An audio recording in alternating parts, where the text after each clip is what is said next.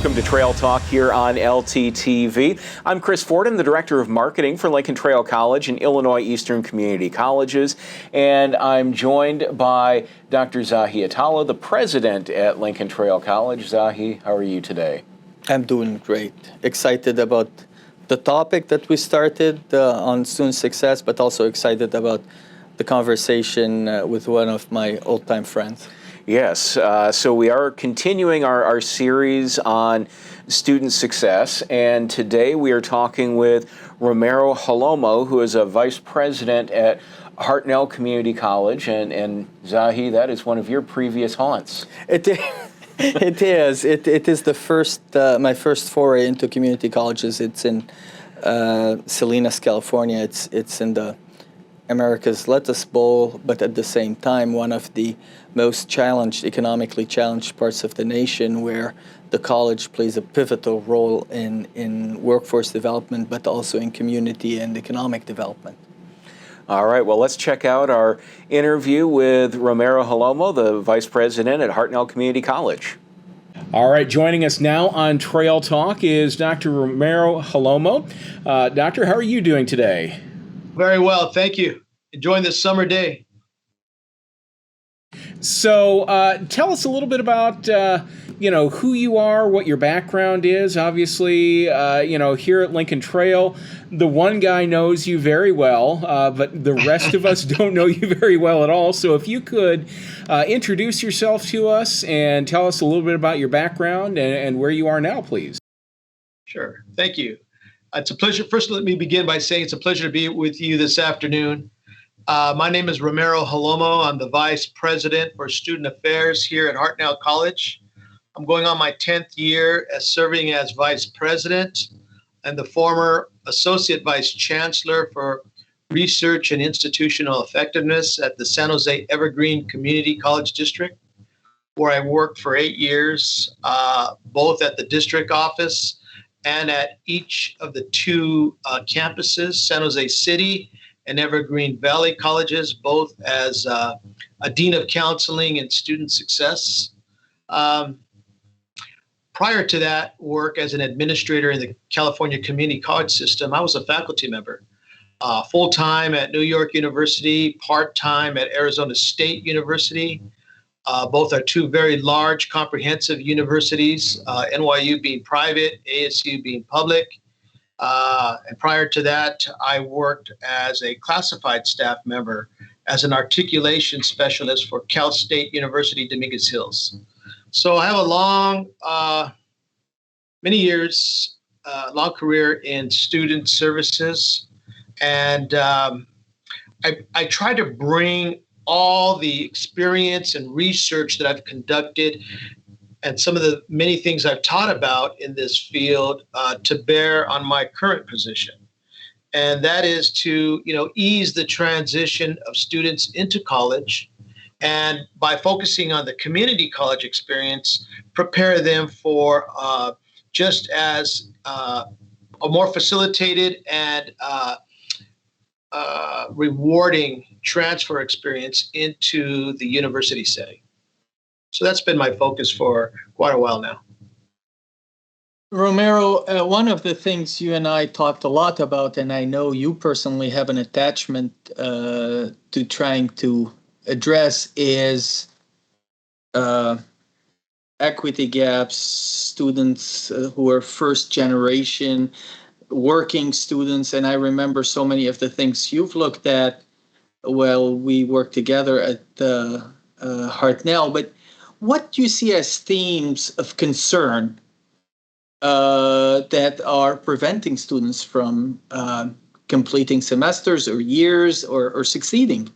What are those themes? Are they changing over the years that you've been in higher education, or are there some trends that are continuing? Are there new ones that are coming because of pandemic and whatnot? Well, Dr. Atallah, I'm glad you bring that question forward. I would say that there are existing ones that have been in existence for many years in community colleges. That whole balancing act where you find, and this still continues to be true at Hartnell College, where 56% of all students continue to be first in their family to attend college. Now, that's as of July 2022. Think about that for a moment. 56% of all students who attend here are first in their family to go to college. 85% of all of our students are qualified for the California State Board of Governors fee waiver program, meaning that they meet the criteria to be considered low-income students. 85% of all of our students are eligible to receive a federal Pell Grant or a fee waiver to attend here. So we're in an area that I would say about 50 years ago would be considered rural. In the last 50 years, it's become more suburban. Our feeder towns and cities are farming communities that have been in existence for 150 years or more. So we're in this state of transition. But when it comes to our student population, you're looking at students who continue to attempt to attend college on a full-time basis, yet because of their family dynamics are trying to work in excess of 20 hours a week. That's a very busy student. And when I give you the profile that over half are first in their family to go to college, they don't have anyone really to lean on to tell them about that balance. And when most of them are low income, there's a need there for them to work. We would rather them work on campus through the federal work-study program, through some of our apprenticeship programs that Dr. Atallah started when he was here. And so that's one of the things that we continue to work on. But I want to speak now for a moment on something that has affected all colleges and universities within the last 2 years plus, and that's COVID. And so what we found as a result of COVID is that scheduling matters. Not that it didn't before, scheduling matters. So the first question we asked of our executive team, the cabinet, which I serve, is how well are classes being offered that meet the needs of our students? Because in the vignette I gave you a moment ago about this busy first generation college student, in a COVID environment, these online courses that we were offering asynchronously was music to their ears, because then they could start signing up for asynchronous courses and taking them when they felt they were available to take them. Well, that doesn't count if you're going to attempt to work now 20, 30, 40 hours a week and start sign in for your asynchronous class at 9 o'clock at night when you're tired.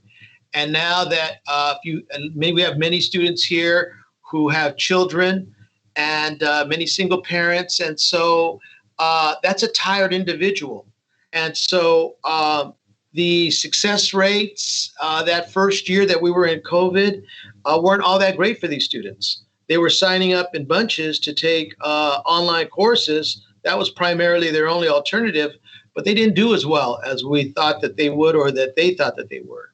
So scheduling was a big question to us. Online versus in-class versus hybrid courses continues to be front and center of our considerations.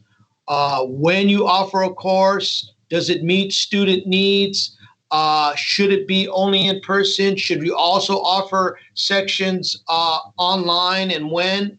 Well, actually, most of them are asynchronous now anyway. Very few of our courses are synchronous. But then the hybrid courses come into play, and those have to be scheduled.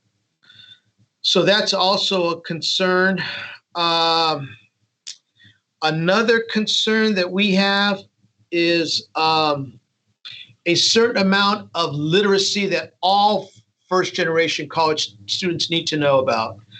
Two important pieces of literacy: financial aid literacy, where to go to receive the necessary financial aid resources to help you pay for college.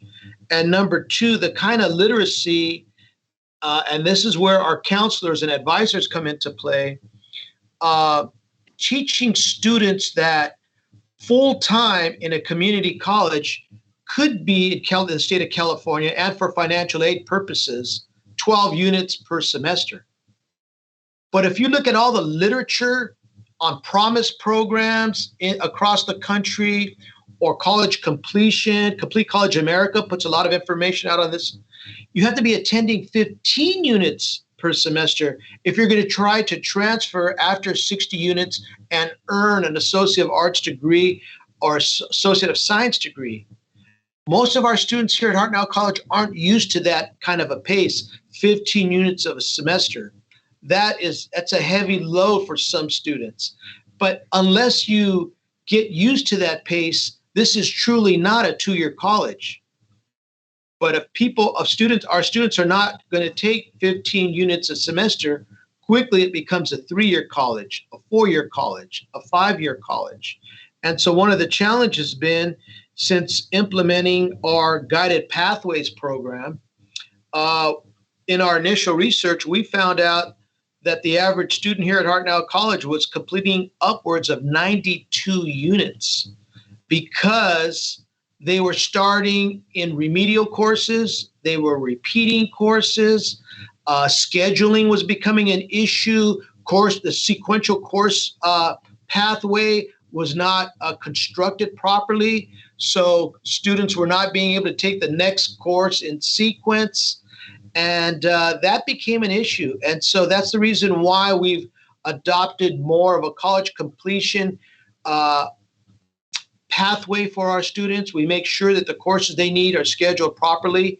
And so, I'll go on in a moment to some of the ways that we have addressed those concerns about scheduling online versus in-person classes, attending full-time and trying to work more than 20 hours a week, and the difference between completing 12 units per semester versus 15 or more. Before we move on to the next question, I just want to say that, 12 hours in a classroom or 15 hours in the classroom, you have to tack on, according to federal regulation, 2 hours of work outside of the classroom to meet that credit. So now you're talking about, for the 15-30, you're talking for the 12-24. Sure. Those 6 hours, where are they going to come from if they're working insane number of hours in order just to make ends meet? So I totally understand how it goes from one thing to an untenable situation. Yes, that's correct. And so so some of these issues continue to mitigate student success, if we will, and we continue to address that in different ways. So, Romero, let's go down the path a little bit about some of those best practices. Obviously, we've talked about a lot of different issues. What are some of the best practices to remedy those things? Okay, so I'm going to speak to 2 items that Dr. Atallah is very familiar with. Amongst our managers and our staff in both academic affairs and student affairs, we had to come to terms with the fact that, and it sounds very basic, that class schedules need to be built around student demand. We need to move to a demand side model. Traditionally, it has been supply side since senior faculty oftentimes get to pick the courses and when they teach their courses and when they teach their courses. But those senior faculty tend to be very popular, very, very good at the discipline they teach in. And so what happens is that once those classes get filled, then other faculty teach related courses or different course sections. So we need to build our schedules to meet student demands and not the other way around. Not when people want to teach. So sometimes that means that you may need an instructor to teach a 9 a.m. section, come back in the afternoon and teach a 1 p.m. section, or maybe even a 4 p.m. section. And that sometimes runs counter to the schedules that are negotiated between deans and their faculty, because some faculty want to work only mornings, some only in the afternoons, and some only in the evenings. But that may mean that we have to be flexible in our scheduling, which brings us to somewhat of a controversial, but it shouldn't be, issue of what we call guaranteed scheduling. Dr. Atallah was here when Hartnell College offered the guaranteed schedule. And basically what that means is that your chief instructional officer sits down with the academic deans, also confirms with student affairs, and they determine how many sections you would need of a particular course, if it's a required course.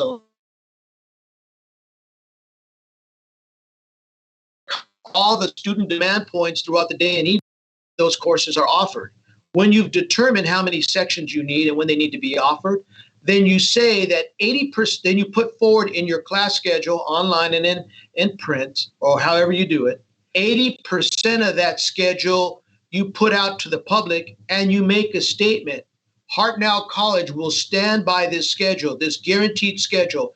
Trust that if you change your work schedule, or if you have some other demands on your scheduling, you should know that we will stand by these classes. We will not cut these classes. We will not cut these sections. You can rearrange your schedule to know that we'll offer those courses. And the other 20%, you put what we call shadow. So as demand rises for a particular discipline and you run out of sections to offer because your wait lists are too long, then you start pulling out new sections from the shadow. So you're meeting student demand. But that for a president or for a provost or a vice president of academic affairs or even an academic dean, that's saying a lot. You're going to stand by that schedule. That means that you got the faculty behind you that are going to teach those courses. And that's very important for a person like me on the student affairs side, because my research and my observations over time have taught me that students don't like reading TBA next to an instructor. They want to know who that instructor is. And they also kind of like to know what campus and what class that's going to be in. But those can be easily mitigated. What's more influencing to student selection of courses is who's going to teach that course. Yeah. So on the guaranteed schedule, you have the faculty's name and the location and the campus and the time, and you stand by it, regardless if you're going to have 5 people in that class or 35 people in that class. That's your commitment to the community. Yeah, that's an excellent point, because yes, when we did it at Hartnell, we were teaching way more than the apportionment that we were getting from Sacramento. So we knew it was selling well because it was based on the demand of the people, as opposed to canceling sections, which actually, I'm sorry to use those terms, but tends to turn off people. Yes. So along that way, when you talk about what's on the horizon, what we're investing in currently is efforts into predictive analytics. There is a company called Civitas. Maybe your campus is working with them. Civitas, I believe, is out of Texas. They're into predictive analytics. And what we have planned is to, since we employ quite a few academic advisors, in California we call them counselors, they're required to write 1-year and 2-year educational plans for students when they meet with them upon entry to the college. So we know what courses these students are going to take in semester 1 through semester 4.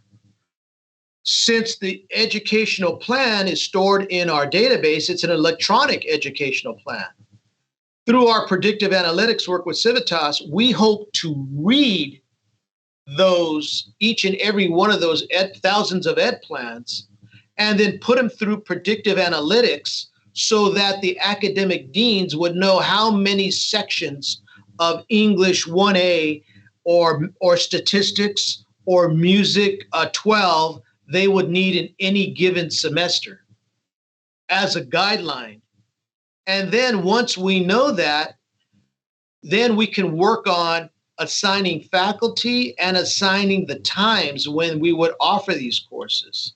But we're trying to leverage technology to begin, since they already store the educational plans, why not retrieve the information, enter into a predictive analytical model, and then tinker with it and see how many sections we need of all the different courses based on all the different pathways we offer and all the degree programs to try to get students to complete on time.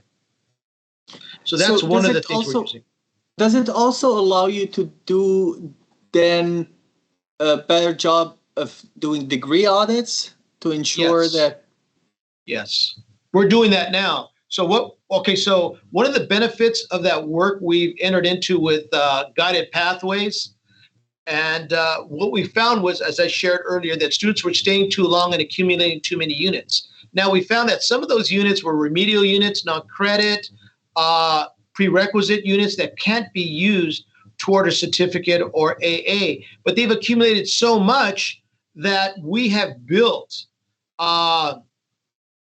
programs that allow it to read a student record, student transcript, and then come out with a result that suggests the student qualifies for a degree in general studies, a certificate in welding, and is one course away from receiving their associate degree for transfer in manufacturing and transfer to CSU, one of the CSU campuses.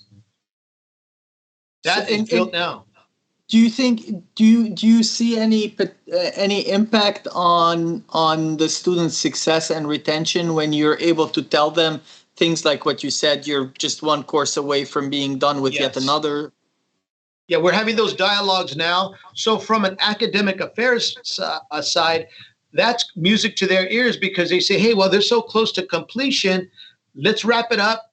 Let's get that course in and let's award these degrees automatically. Let's give them a AA in general studies. Let's give them a certificate in welding, and let's get that associate degree for manufacturing and ship them off to a nearby CSU. The problem, my friends, is this on the student affairs side. That student has to be willing and has to be certain that's the pathway they're going to follow, because according to the regulations of federal financial aid, Title IV, you're receiving a Pell Grant and you get awarded a degree in a community college, that's it. No more financial aid for you. You now must move on because you met your educational goal, and you must transfer now to one of the CSUs or UCs or wherever you're going. You're not going to receive any more federal aid at Hartnell College. So community colleges have always been knocked for students who were uncertain about their majors and often changing majors. We hope that through continuous work with an advisor, with a counselor, good feedback from the instructional faculty to get them on the path and completing their path, that should be a problem. They should be able to receive their degrees. They should understand when they receive their degree or certificate, they won't be receiving any more financial aid at this level. They have to move on to the next level to continue receiving aid. So we have to be ethical, and we have to inform students of that. It's more than just awarding a degree. So in your mind, the future relies heavily on predictive analytics tools. But what else do you see that could possibly aid in enhancing retention, completion, and success? What if you had a crystal ball and a magic wand? What I have three. I'm not sure if I have the time, but if I have three real quick recommendations. One is one that's been written about in the literature, research literature, for some time. Everyone needs to take. Every community college student should take a college success course. Be required to do that.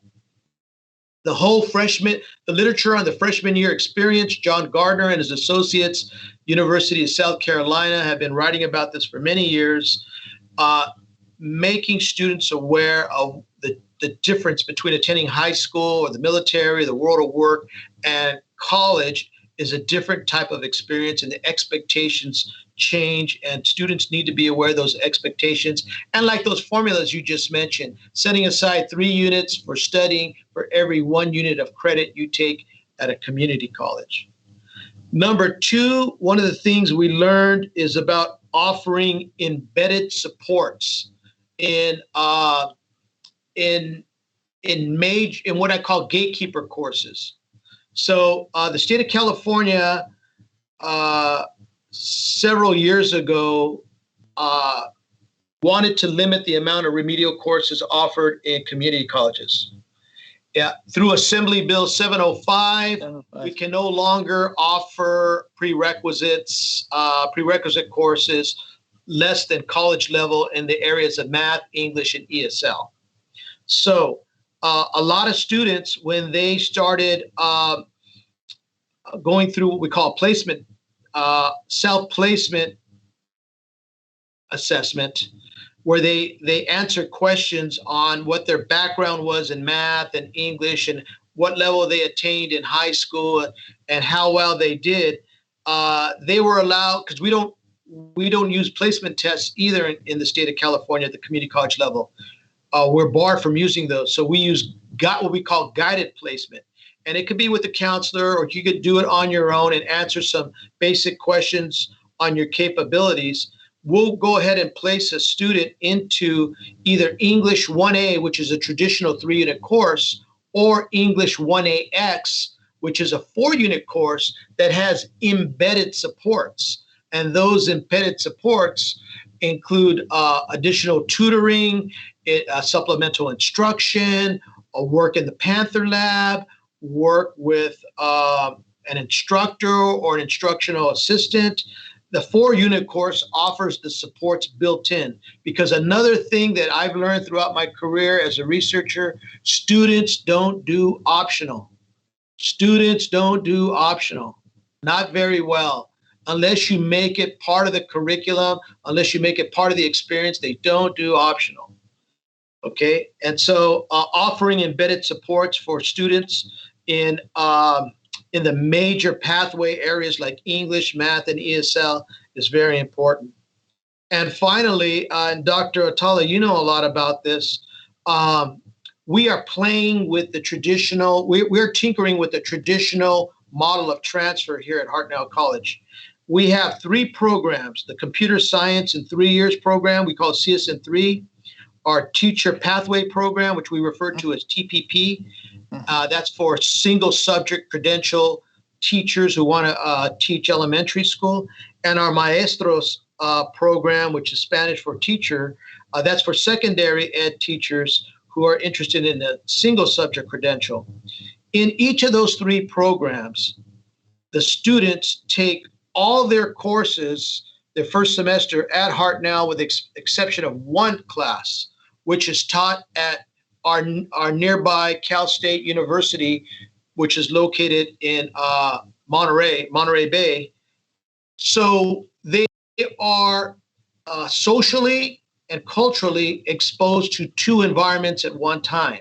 They take, say for instance, they're on a 5-course plan each semester. 4 of the courses will begin at Hartnell, 1 will be at CSUMB, and in their last semester, 4 classes will be at CSUMB and 1 will be at Hartnell.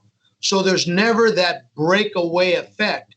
They're living, there's a book called from Lois Weiss, written several years ago, called Between Two Worlds. And what we're doing is we're exposing students to 2 separate worlds, the world of the university and the world of community colleges at the same time. We're trying to scale down the disjunction that occurs oftentimes when a student leaves high school and goes to community college, or leaves community college and goes to the university. You start off with all at the community college and 1 at the university, and end with all at the university and 1 at the community college. And we use a trimester model. A trimester model ensures that students, for computer science, they get out in 3 years.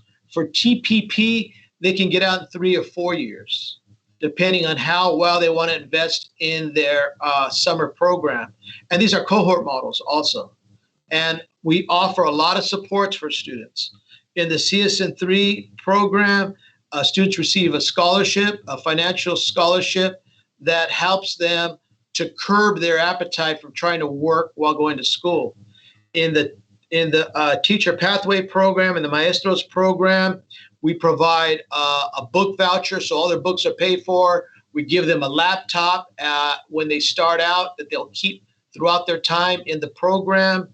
and we also provide academic support for these cohorts. So what we find is that we offer, if we play with the traditional model a little bit, we find that there is less attrition between the community college and the four-year university. Well, we've covered a lot today. Is there anything else that you would like to bring up that we haven't asked about today? Yeah, one other area that we are investing a lot in is our dual enrollment efforts. So dual enrollment in California has changed, the legislation has changed so that the high school districts and the community colleges can both claim apportionment for students taking college classes at the high school, taught by a high school instructor who meets the minimum qualifications to be considered a Hartnell College adjunct, or by one of our adjuncts who is teaching at the high school. We find this very rewarding. It's become very popular. More parents want their students in their senior and junior years to start taking more dual enrollment courses. And I want you to think about it as a 2+2+2 kind of program where you start your college career in high school, you move into community college for a year or two, and then you roll right into a university. And if we can start tinkering with these transfer models so that it's not so traditional and different, we can begin then to raise the college awareness of students in their early teenage years. All right, well, Dr. Jalomo, would like to thank you for joining us on Trail Talk today. You're welcome. Pleasure to be with you. All right, well, that was our interview with Romero Jalomo, the Vice President at Hartnell Community College. And Zahi, I thought there were a couple of really good points worth taking away from our discussion there. One, again, and this was something that we talked a little bit about last week too, is scheduling. Yes. Yeah, scheduling. I mean, we think about scheduling mostly from the perspective of a full-time student, but not every student is full-time, especially when the economy is bustling like it currently is. And also, even if it were predominantly full-time students that we see, who is it that we don't see because our schedule is stiff? Here at Lincoln Trail and many other colleges, our schedule is predominantly aimed at second shift people, so most of our classes are done by 2 o'clock. Not taking into consideration the folks that work third shift that can be here in the early afternoon, and then the first shift people that could be here in the evening. And that's a big to-do because services have to be available, because food has to be available, because not just lights have to be on, but a whole lot has to be considered. I mean, you and I went to school and we were full-time students, but I'm pretty sure you know people who weren't full-time students, and schedule affects them greatly, right? Well, and I think even going as far as guaranteeing classes too. Yes.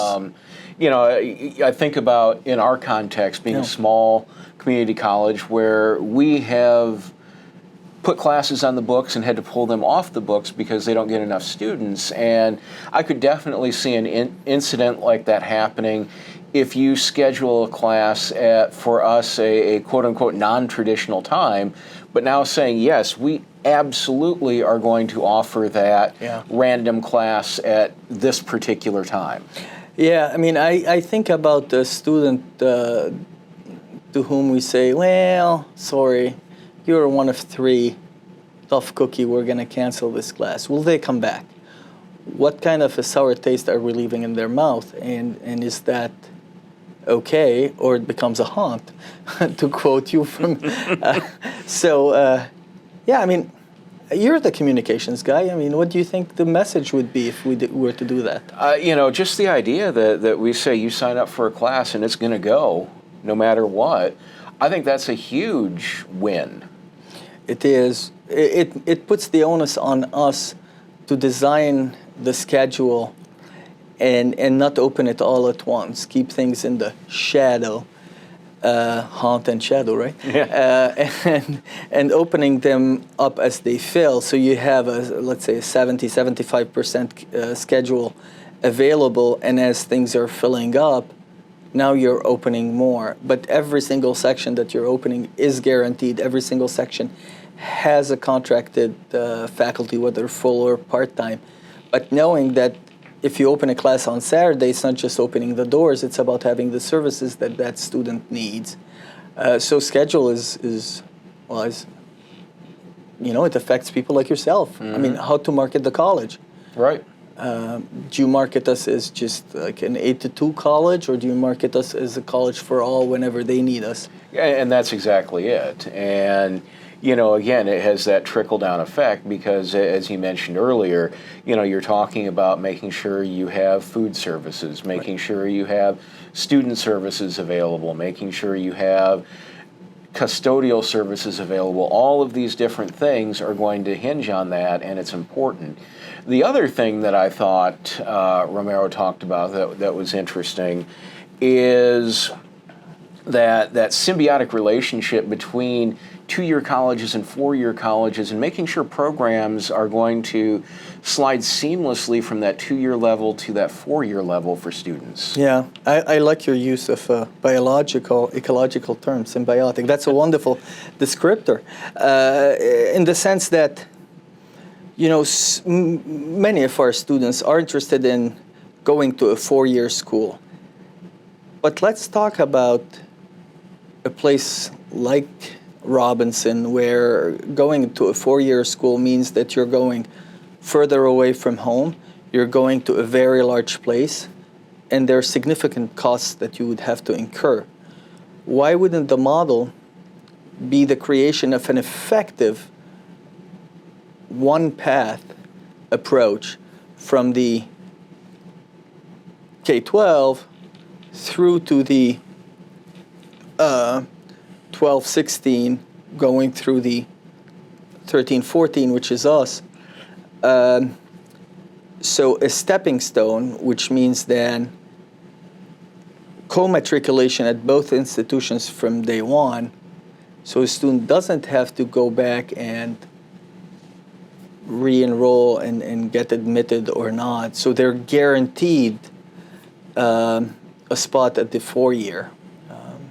How does it sound to you? I mean, you and I didn't do that, but how does it sound when I bring it up to you? Right. I think that's, great. One of the concerns that we hear from our students regularly is something as simple as, will my credits transfer? Yeah. And, making sure all of those things are lined up for them so that it is an easy transition moving from this level, the community college level, up to that university level, and making sure that is all seamless. And the idea that, no, you don't have to go through the application process again and all of that. Right.